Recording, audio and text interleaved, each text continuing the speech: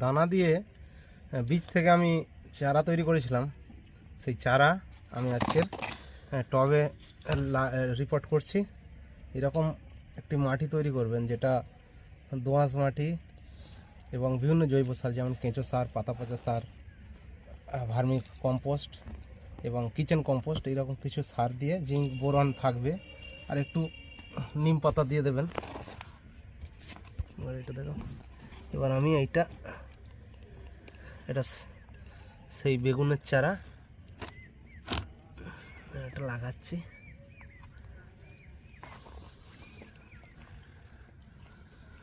পুরনো মাটি দিয়ে দিলাম।